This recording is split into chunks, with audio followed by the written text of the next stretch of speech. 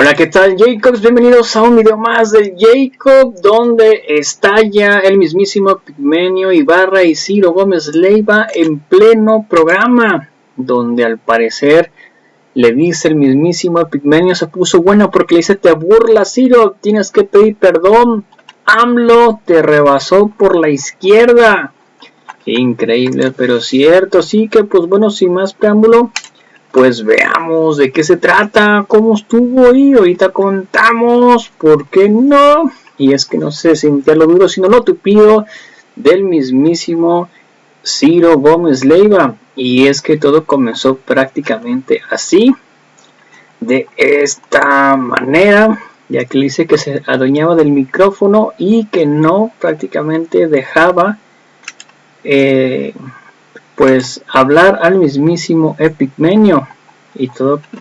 Así que veamos de qué se trata, cómo estuvo, y te comentamos por qué no. Todo comenzó así, donde dicen que hay tiro, hay tiro. ¿Quiénes son todos? Y yo te decía, ¿y quién habla de que López Obrador se quería quedar en el hacía una maniobra con la revocación de mandato? Fíjate nada más que sofisticado pensamiento. Ahora resulta que promueves la revocación de mandato, dices, si tengo el apoyo de menos del 30% renuncio, y eso es una maniobra para reelegirte. Eso lo habrán escrito algunos pocos. Algunos muchos, y fue la ofensiva. Y está bien que lo escriban, pero hay que reconocer. No, tú recuerdas que haya tenido mucho peso. Hay que reconocer, y a eso voy, que el pensamiento dominante de la derecha sobre López Obrador ha sido un pensamiento equivocado. No han entendido al personaje. Incluso, viendo el otro día, López Obrador hizo un ejercicio, puso una entrevista que tú le hiciste. Sí. Una parte de una entrevista. Una parte de una entrevista. Y tú le decías, no, Andrés Manuel, no vas a poder. Le decías. Y un poco ese ha sido el tono. No vas a poder. Después, yo le decía, van a avanzar. PRI y PAN se van a unir. Y él te decía, pero el pueblo va a poder. Oye, pero el pueblo. ¿Y eso ocurrió? Eso ocurrió. Sí, si ves la entrevista, yo le decía, te van a desaforar, Andrés Manuel. El PRI y el PAN hacen mayoría. Y él te decía, el pueblo. Esto no va a terminar ahí, Ciro, te decía. Esto no va a terminar ahí, Ciro. Yo lo que le decía era, en Cámara de Diputados te van a desaforar. Y el otro día volvió a poner, y yo subí ese video porque me pareció muy interesante, con Marín, con, ¿cómo se llama? Jesús Silva Gerso, y el tono socarrón con el que enfrentan a López Obrador. Fueron ellos. Pero en general hay un tono. Cuando te digo que apostrofa, Ciro, por cierto, te digo cierto, el desafuero, lo dijimos aquí el viernes, de principio a fin, y tú lo sabes, porque tú estuviste cerca de nosotros, Manuel y yo dijimos, es una atrocidad. De principio a fin, del día 1 hasta que retiraron la acusación. Sí lo dijiste. No, todos los días. A ver, nosotros hicimos la transmisión televisiva del desafuero. Eso al final, ya cuando ya prácticamente le habían dado la vuelta. La manifestación de ese millón de personas que salieron a las calles, la transmitimos nosotros, la subimos a un satélite multidestino y la ofrecimos a todos los canales de televisión del mundo. En México, solamente un canal la tomó. Canal 40. CNI, Canal 40. Y tú transmitiste con Denise Merker desde un camión de Argos en el Zócalo. Ahí estás combinando dos eventos. Pero es que Denise ya no estaba en el noticiero en ese entonces, en abril del 2005, pero bueno, en fin. Del desafuero estoy de acuerdo, pero de lo que te hablo es la actitud frente a López Obrador. Siempre fue tachado, disminuido, caricaturizado, desde el Mesías tropical hasta el populista, pero nunca entendido. Entonces los rebasó por la izquierda, a todos, te rebasó a ti. ¿A mí por qué? Yo hago el mismo trabajo que hacía en 2005, lo sigo haciendo hoy. Lo sigo haciendo hoy. Pero esa visión que se tiene de un personaje... La poca gente que nos veía y que nos escuchaba en aquel entonces nos sigue viendo y escuchando hoy. ¿Por dónde me rebasó? ¿Por dónde me rebasó? Perdón, Ciro. ¿Por dónde me rebasó? Sigues sosteniendo que esto se trata de un gobierno más. No es cierto. Va el rolling gag de todos los miércoles. Yo no he dicho eso. Yo digo que este gobierno se le evaluará una vez que se vaya. A este gobierno se le está evaluando ya. Lo que quieres es levantarle la mano desde ahora. Yo te digo, no, yo no le estoy levantando la mano. Es más, yo nunca he dicho que ningún gobierno permíteme un segundo, déjame hablar, Ciro. Déjame hablar, no. Es muy difícil hablar contigo. Es muy difícil hablar contigo porque interrumpes continuamente. Sí, estamos en un programa de radio. O simplificas los argumentos de la persona con la que debates. Esa es una manera de apostrofar. No, perdona. Si uno hace una referencia histórica, te burlas. Yo no me burlo nunca de nadie. Te burlaste la semana pasada de una referencia histórica sin entender. La metáfora que tú dijiste es una metáfora y te dije son categorías históricas. Es una metáfora, perdón, técnicamente es una metáfora. No es una metáfora. Es una metáfora que tú echaste mano para escribir un artículo. Cuestionar eso es burlarse. Yo no me burlo. Fíjate lo que estás diciendo. Tú echaste mano de una metáfora. ¿Y fue lo que hiciste? No, perdóname. ¿Qué hiciste? Yo hice un análisis. Hice un análisis comparado. Para eso sirve la historia, Ciro. Para hacer análisis comparado. Ya estás gritando, ya te enojaste. No estoy enojado, pero es que es muy difícil hablar contigo. Contigo es bien fácil. Perdóname. Venga. Es muy difícil hablar con una persona que, como es la dueña del micrófono, yo no soy dueño del micrófono. Se apodera de él. Bueno, venga. Pues sí. Venga. Te entonces, la discusión se torna otra cosa porque no permites que las ideas fluyan. ¿Cuáles ideas? ¿Cuáles ideas? Ahora resulta que no son ideas. Es que ¿qué idea? Ahora resulta que no tengo ideas. Fíjate nada más. Fíjate tu comportamiento. Sí. ¿Cuáles ideas? Fíjate de qué tamaño. Te pregunto, no porque no tengas ideas, ¿qué idea? Dime una idea que no deje fluir. El discurso es ambivalente. Sí. El discurso es ambivalente. La forma de decirlo es una denostación de la persona con la que debates. A eso me refiero. Y eso tiene que ver con la soberbia que te da el peso, la influencia, todo lo que te da en este país ser líder de opinión. Okay. Y yo te he dicho otras veces que hace falta una dosis de autocrítica y hace falta una dosis de humildad. ¿De humildad? ¿Qué es humildad? Humildad es reconocimiento de que uno no es dueño de la verdad absoluta. ¿Y quién dice que nosotros somos dueños de la verdad absoluta? Tú en el caso de Ayotzinapa, y mira lo que dijo ayer el presidente. Pero, ¿cómo? Y mira de la verdad absoluta. Que querías que nos disculpáramos. A ver, termina, ya no te voy a interrumpir. Perdón. A ver, ya termina, yo sigo insistiendo que tú tienes que pedir perdón y todos los que defendieron la verdad histórica de Murillo Karam porque fueron instrumentales de una operación de Estado para encubrir la verdad y desaparecer a los 43. Bueno, instrumentales. Es decir, fuimos instrumentos de alguien. Sí. Alguien que nos contrató, nos pagó, nos amenazó. No sé, ¿qué pasó? Fueron instrumentales. Podemos ver, si me permite, si no es una interrupción, podemos ver lo que dijo ayer el presidente López Obrador sobre Ayotzinapa. Veámoslo, porque se dicen muchas cosas de lo que dijo y se le escucha poco.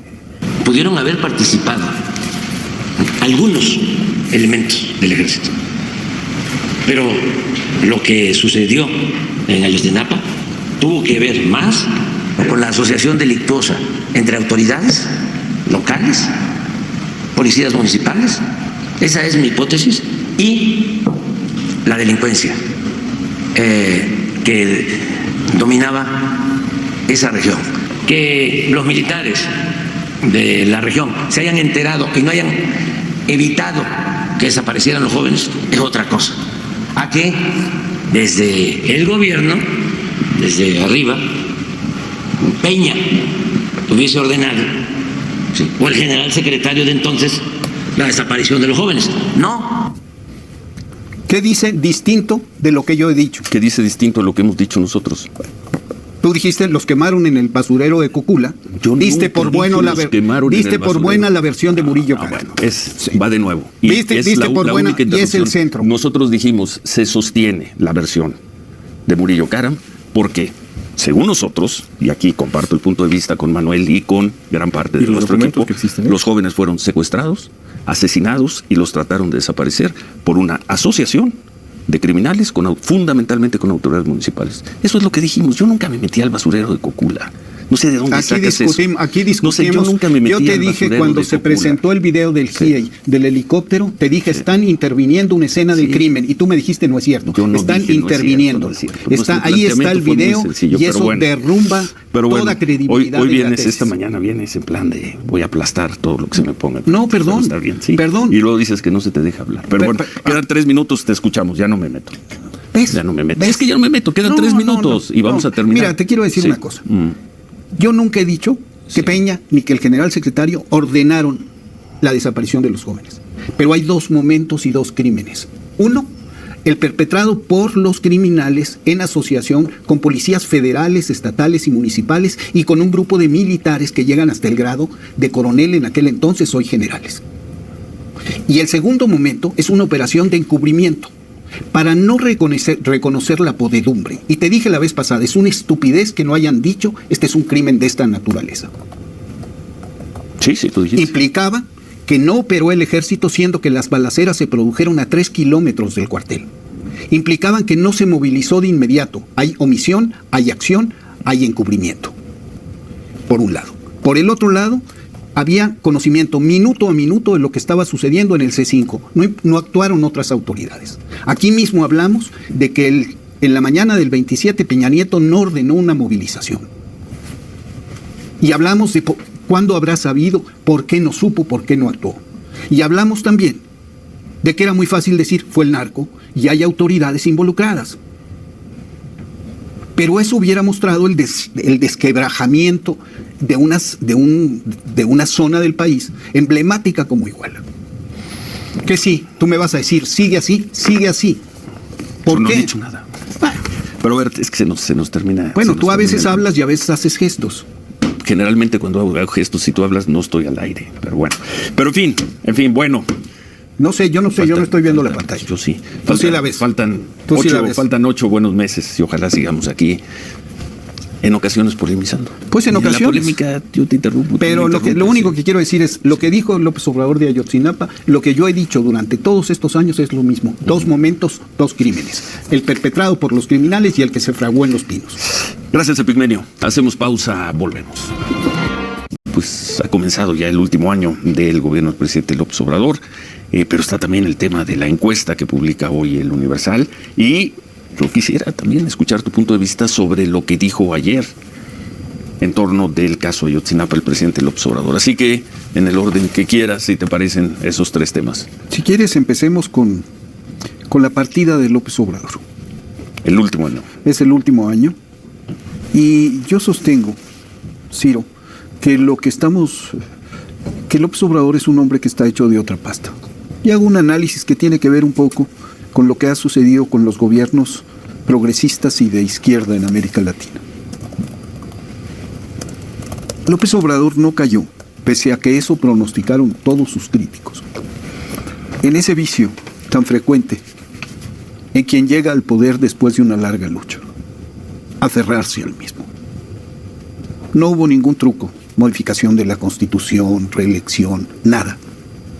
Hubo la decisión consciente, permanente, de aceptar que el poder tiene una fecha de caducidad inexorable, el poder personal, pese al tamaño de los ideales, pese a la envergadura de la tarea, pese al nivel de aceptación popular.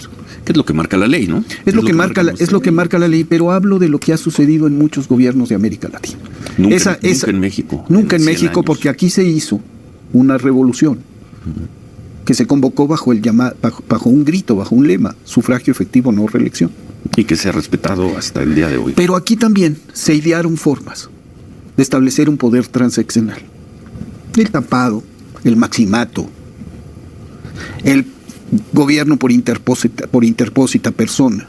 Y aquí también hubo presidentes que mantuvieron un enorme peso político. Y que mantienen hoy. Carlos Salinas de Gortari sigue siendo un hombre que pesa. ¿En dónde? En México. Carlos Salinas de Gortari, y yo me regreso a los hechos, se fue exiliado de México 4 meses después de dejar la presidencia y bien a bien nunca regresó. Su postulado, si tú recuerdas, él hablaba de establecer 25 años, se establecieron 36 años de continuidad programática, de continuidad programática y económica. Se fue de México exiliado y bien a bien nunca regresó. Pero bueno, Salinas. Entonces, lo que yo sostengo que sucederá con López Obrador es que no pasará nada de eso. Que no habrá maximato, que no habrá gobierno por interpósita persona, y que es un hombre que sostenidamente ha hecho una cosa: ha puesto su cabeza en la picota. Desde que dice, voy por encuesta para ver si soy candidato, hasta su instalación en el poder y la búsqueda de la consulta de revocación de mandato, hasta la renuncia expresa a controlar el proceso de sucesorio, y ahora con la determinación de renunciar al mando del movimiento, y de lo que yo estoy seguro que va a suceder, y te confieso que a mí me entristece. porque no puedo entender ni mi vida ni la vida del país los últimos 25 años sin pensar en él. Y digo, ¿qué va a pasar con López Obrador? Se va a eclipsar políticamente. No lo veremos participar nunca más en la vida pública del país. A partir del año que entra. Es lo que ha dicho y veremos si es así. Yo estoy seguro porque es un hombre con conciencia histórica. Primero porque es un historiador. Segundo porque tiene conciencia. Y tercero porque tiene una vocación democrática indeclinable y sabe que así ha de ser. En la guerra decíamos que no hay héroes vivos. ¿Por qué? Porque solo aquel que congela la muerte en el heroísmo se puede decir que escapó a todas las seducciones del poder. A López Obrador le toca congelarse en el momento mismo en que entregue la banda presidencial. Ese es su destino. ¿Tú crees que lo va a hacer? Estoy convencido. Estoy convencido, y eso es muy sano, muy importante para el país. Y marca, yo sostengo que la Cuarta Transformación es una revolución, como no ha habido otra en la historia, y cuya debilidad, desde el punto de vista de la ortodoxia marxista, el hecho de que sea democrática, de que sea pacífica, de que se produzca en libertad, es decir, de que no combata a quienes la pueden cuestionar y dependa de la voluntad del pueblo, esa debilidad estructural es su máxima fortaleza y lo que la vuelve única. Aquí dependemos de la voluntad de la gente. Lo veremos el 2024 y a ese pueblo que ha decidido siempre qué sucede con López Obrador tendrá que apelar Claudia. Y si quieres nos ligamos con las encuestas. Venga. Con las encuestas. Con la encuesta del Universal. Y yo añado la encuesta de Covarrubias, hecha por La Vanguardia, a la que no podemos acusar de tener un sesgo en la política mexicana. Vanguardia de Cataluña. La Vanguardia de Cataluña. Yo puse ayer en un tuit. Es que tenemos nuestra Vanguardia, el gran diario de Saltillo también. Sí, yo puse es Vanguardia de Cataluña. De Cataluña. Yo puse ayer un diario español, debía haber dicho un diario catalán. Sí. Pero como no sé exactamente, porque hubo una disputa interna. Bueno, la Vanguardia de Barcelona. De Barcelona. Sí. La Vanguardia de Barcelona, que establece una diferencia aún mayor que la que marca el Universal. El Universal establece una diferencia de 30 puntos. 50 a 20. Aquí está. 50 a 20. Es crítica, es la realidad, es lo que nos está hablando. Es una encuesta, son dos encuestas. Son dos encuestas que se suman a muchas otras encuestas y que se suma al clima social que se está viviendo y que refleja un poco lo que ha sucedido, este carácter de esta revolución inédita, democrática, en libertad. Fíjate que han tenido todas las ventajas, no han sido reprimidos nunca. Se han podido organizar, han podido participar, han crecido, lo que tú quieras. Pero no tienen la pasta, la fuerza suficiente todavía. ¿Por qué? Porque no empatan con la gente. ¿Pero de quién hablas? Hablo de la derecha. Hablo del PRI y el PAN unidos. Porque eso es la derecha conservadora. El PRI, lo que queda del PRI. El PRI deslavado, que de rojo pasó a rosa. Y el PAN que sigue siendo el azul de toda la vida. Y que pese a sus acomodos a la modernidad sigue siendo una institución, desde mi punto de vista, vetusta, demasiado influenciada por el dinero y por ese viejo y rancio anticomunismo. Esa combinación del deslucimiento ideológico del PRI y lo vetusto del PAN se expresa en las encuestas. Aquí hay una minoría, una realidad. Xochitl Gálvez representa entre el 20 y el 30% del electorado, no más. Veremos. No, porque la suma de votos del PRI y el PAN hace 6 años daba 40. 22 de Anaya, 18 de mí, daba 40. Han perdido. Unirse los ha hecho perder. Dejémoslo ahí. Tenemos de que sumado, que por separado eran 40 puntos y ahora están... una pausa y retomamos. PRI-PAN, 40. Bueno, sumar, gracias, 40 comentarios, 8-20. Y PRI-PAN-PRD, Movimiento Ciudadano. Pero juntos pierden. Sí. Ese es un fenómeno que hay que entender. El PRI se está acabando de desgajar. El PRI arrasó en Coahuila y no le fue tan mal en el Estado de México para lo que se veía. Sí, son los dos últimos ejemplos que tenemos. No le fue tan mal, pero perdió. Perdieron. Con 43%. Y es como en el fútbol decir, no, pues casi gana. No, pues no ganó. No, pero aquí es 43% de los votos. En el fútbol no sumas puntos. Aquí el 43% te da prerrogativas, te da posiciones en un congreso. Claro, pero perdió 94 años de poder. Perdió en la capital del estado. ¿Qué porcentaje tuvo Alejandra del Moral, la alianza en el Estado de México? 43%. Perdón, decías. Fíjate, sumaron todo y lograron eso. Ahora, la realidad, Ciro, es que el PRI es un partido en proceso de descomposición y es natural que así suceda. ¿Por qué? Porque resulta que todos sus principios, el nacionalismo revolucionario se fue perdiendo con el neoliberalismo, por un lado, y por el otro lado, todos sus postulados de defensa de lo logrado por la Revolución Mexicana se acabaron. Ya no es rojo, es rosa. Ya se parece más al PAN que cualquier otra cosa. Entonces, pues un priista se ve en el espejo y ve a Santiago Krill, que es el enemigo por antonomasia de lo que el PRI representa o representaba. Y entonces el discurso es muy difícil de manejar para todos en esa alianza. O sea, se la pasan diciendo, es que los gobiernos corruptos de mi aliado, de mi socio, se resbaló, acuérdense un día, de mi compañero, ¿verdad? Pues es muy difícil que eso empate con la sociedad. Y por otro lado, está el cariz, que es ciudadano de la candidata, que en realidad es la abanderada del PRI y el PAN, a la que soportan los dos aparatos partidarios, porque sin esos no se nada más nada. Para precisar, 44% de votos tuvo Alejandra del Moral. 44.5% de votos. Que en un estado gobernado por 94 años por una misma formación, con la estructura partidaria que tenía el PRI en el Estado de México. Que tenía y que no usó en el proceso electoral. Sí usó. No lo usó. Sí la usó. Está bien documentado. Sí la usó. No es una graciosa retirada, es una aplastante victoria. Es como decir, perdón la analogía, que en Vietnam los norteamericanos se retiraron, no los vencieron. El PRI ganó bien, ganó la maestra Delfina, por lo que haya sido, no se cuestiona. Por eso, pero sí le puso y quiso ganar y por eso tuvo 44. ¿Por eso tuvo 44? Por eso tuvo 44, porque se metió a fondo. Ahora, por más que se metiera a fondo, no le alcanzó. ¿Por qué no le alcanzó? Por su alianza. La alianza les resta a estos dos partidos. Eso sostengo yo. Okay. Vamos a ver qué pasa. Pero las encuestas, más o menos de eso nos hablan. Porque esta señora debía estar... ¿Qué señora? Que es que no te gente que te escucha en radio. Xóchitl Gálvez debía estar 10 puntos arriba como efecto de la alianza.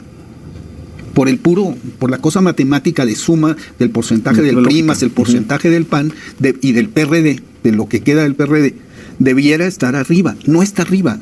En esta encuesta. Porque se han despulido, porque han perdido simpatizantes a ambos partidos, porque la alianza no le suma, y además por ella, por sus incongruencias y por todo lo que sucede con este personaje, que es muy artificial. Y que la gente lo percibe. La gente lo percibe. Bueno. Pues a mí aquí están las encuestas. La diferencia es brutal. Es aplastante. No es mínima. Sí. Y se repite en todos los ejercicios demoscópicos serios. Antes de entrar oí aquí que estaban hablando Santiago Krill de que estaban a un punto de ventaja. A un dígito. En sus encuestas. En su imaginación. Bueno, eso dijo. En su calenturienta imaginación. ¿Cómo van a estar a un punto de ventaja? A un dígito. A un dígito Serían 9 puntos. 9 en puntos. El mejor de los casos. No, hombre. La verdad es que es una derecha norteada, que no tiene la idea de por dónde anda. ¿Cómo ves? Pues lo que pasa es que me faltan encuestas, porque dice Pigmenio, yo hago trato de hacer memoria. ¿Cuáles encuestas? Porque realmente las que se han estado midiendo, sí, pues son la de Covarrubias. Pues son dos. Son dos, y antes de esta oleada, incluso antes de la designación, las encuestas también eran muy fuertes. Sí, pero no eran así, ¿no? No eran así. Se referían a Marcelo. Ahora, esto es abiertas las cartas. Sí, terminada la campaña de terminada, ambas. con boleta y o sea, todo el efecto Xóchitl significa esto. En la encuesta del Universal. Me llama la atención lo que han señalado. A mí me faltan votos en la coalición, la del PAN y del PRI. No, faltan la mitad de los votos, ¿no? Bueno, o sea, ¿cómo le hizo ahí para perderlos? Quizá como le hizo Claudia para ganarlos, ¿no? No tiene hasta como esa lógica de ¿Cómo le hizo? Yo digo, vuelvo a lo que escribí hoy. Aquí hay un fenómeno que no acabamos de percibir. Este no fue un gobierno más. Aquí hay una transformación en marcha del régimen, de la manera de entender la política. Hay un empoderamiento de las clases más empobrecidas de la sociedad que por primera vez se sienten representadas en Palacio. ¿Por primera vez? Por primera vez, desde Cárdenas.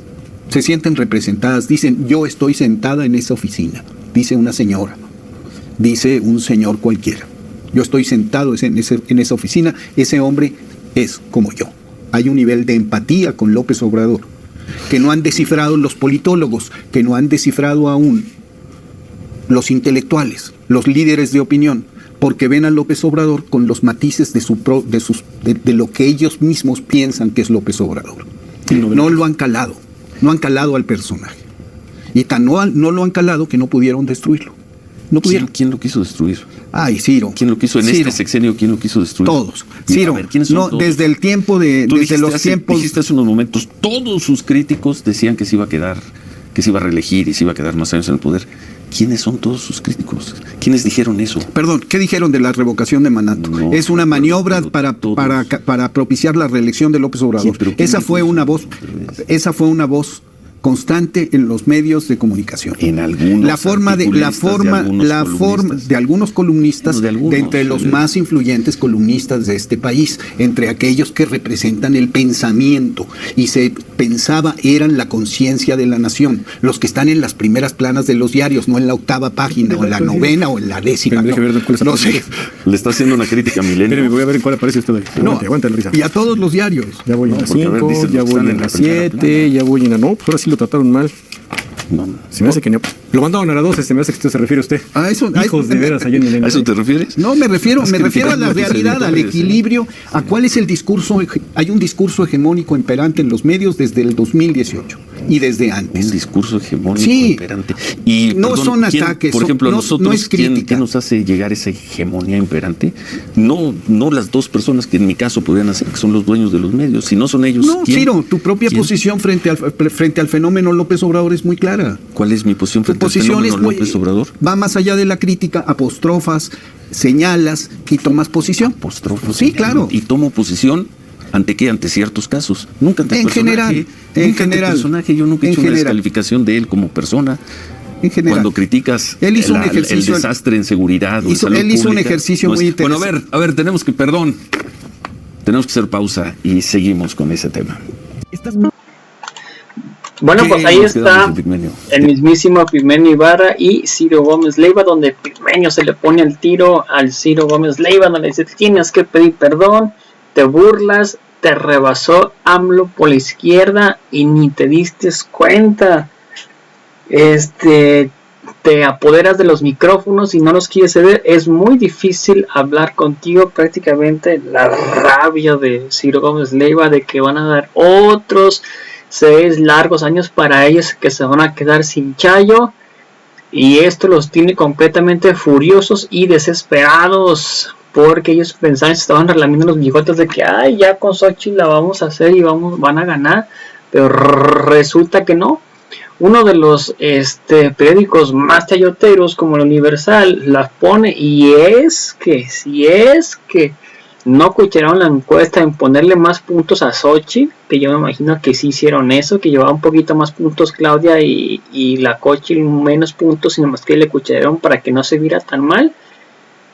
Y pues ahí pusieron, según ellos, que 50 puntos contra 20, pero para mí quedaron 50 y tantos y para Xochitl 10 y tantos, porque corren fuertes rumores que Xochitl puede caer hasta la 3ª posición y MC se puede arrebasar por la izquierda, como dice Epigmenio Ibarra, a la mismísima Xochitl Gálvez. Imagínense la vergüenza que va a tener la Xochitl Gálvez y el prianismo si llegan a quedar en 3er lugar, aunque yo creo y pienso y siento que van a hacer otro partido nuevo, el mismísimo Claudia X González, y pues ya nomás van a quedar el carcajo de el PRI y el PAN.